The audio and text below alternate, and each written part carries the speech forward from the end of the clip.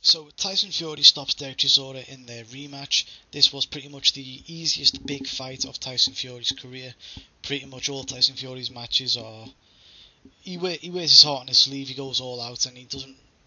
Sometimes he doesn't fight using his head, but this time he used his head. It was a very easy fight for him. Basically, it was a very easy fight for him. He used very good movement. Punch variety was great. A nice jab, and most importantly, Tyson Fury proved me wrong by getting the stoppage. I thought he would be getting a close decision. I thought it could be controversial. I thought wrong. Chisora didn't look very good. He couldn't get going at all. He found himself at the end of the jab constantly, and after a few rounds he just looked like he'd given up. It was a total whitewash on the scorecards, on my scorecard, until Don Charles stopped the fight. I didn't check out what the actual judges did, but I assume they pretty much gave every round to Tyson Fury, which makes sense, doesn't it, really, if you watch that fight. By the end of the fight, both of Chisora's eyes were swelling completely shut, and it was the right idea for Don Charles to stop the fight, even though I had money on the points decision. I was a bit gutted about that, but you know, you win some, you lose some, and that one I lost. I won some of the other ones though. Chisora, where does he go from here? Now, usually I always say within reason, a guy can come back from any loss within reason. However, it's going to be very hard for Chisora to come back from this loss, because Chisora has been stopped before, but in this fight he was totally dominated, and it looked like he was just mentally gone. He couldn't get punches off. It looked like he just didn't want it anymore. He looked basically like a totally shot fighter. And if that's the case, is there any point in him continuing around? Obviously, it's up to Dereck Chisora, because he's got bills to pay, so have I. You know, he can't tell me how to live my life. I can't tell him how to live my life, and none of you fuckers can either. So, if he comes back, which I suppose he probably will, fights with Lucas Browne might appeal to people. Browne is crude. He would offer Del Boy a chance. There's guys like David Price. He's pretty vulnerable, so that would be an even fight.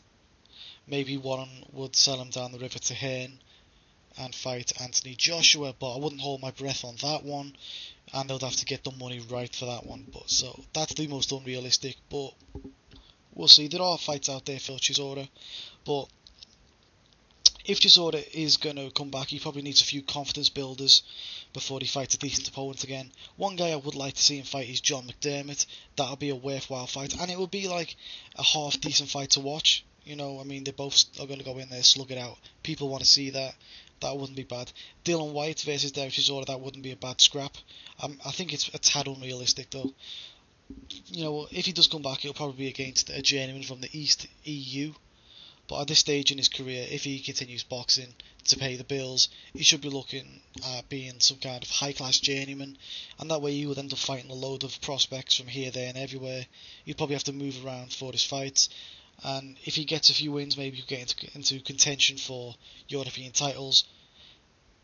But like with this, he's just going to be a punching bag for other guys. It's not nice, but that's probably the way it's going to go for Dereck if he continues. The best result in terms of boxing for the public and everyone in terms of fights would be he has a fight against a journeyman, then he fights John McDermott, then he fights David Price, maybe he gets another journeyman in there, then Lucas Browne, maybe then AJ, all that over the next 2 years. I know it's very unrealistic, but that would be the best case scenario for boxing and for watching fights. But like I said, it's unrealistic. I think if he gets even one of them, maybe one of them, if he gets one of them in there, that would be something in today's boxing. On the other hand, we move on to Tyson Fury. He's now mandatory for Klitschko's WBO title. He says he's going to be back in the ring in February 2015. He said that in an interview with Billy Joe Saunders. Both of them will be back, I think, on the same bill. And Fury's going to be looking to fight a guy in the top 15 of the sanctioning bodies.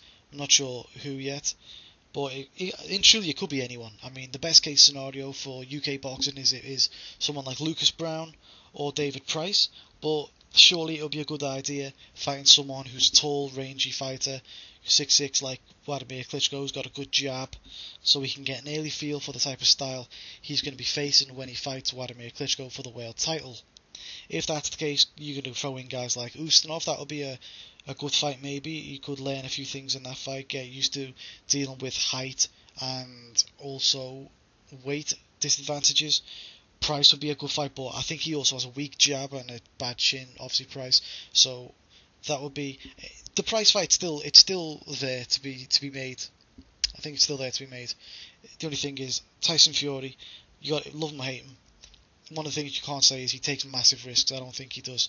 And in this fight, I don't think he's going to take a fight against David Price right now. I'd love to see it, but he's not going to do it.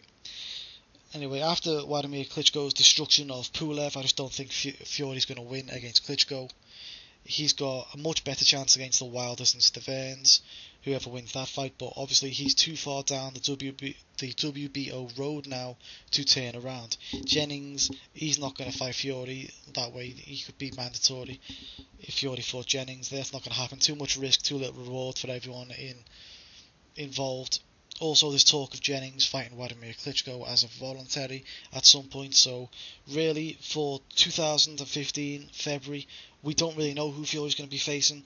It's going to be someone to keep him busy, someone to keep him in shape. I assume it would be. You see, if I was the matchmaker, I'd make sure it was someone who's tall, rangy, likes a bit of range, but not someone who's going to beat him. That's why I would pick David Price, to be honest. I mean, they hate saying it because obviously I'm a David Price fan, but I just don't see him beating Fury right now. It's not going to be Anthony Joshua. There's no point even talking about that. Not sure who is going to be around there. Not sure, but either way, it'll be good to see how this one pans out. Tell me what you thought about this fight and who you think he's going to fight in the near future.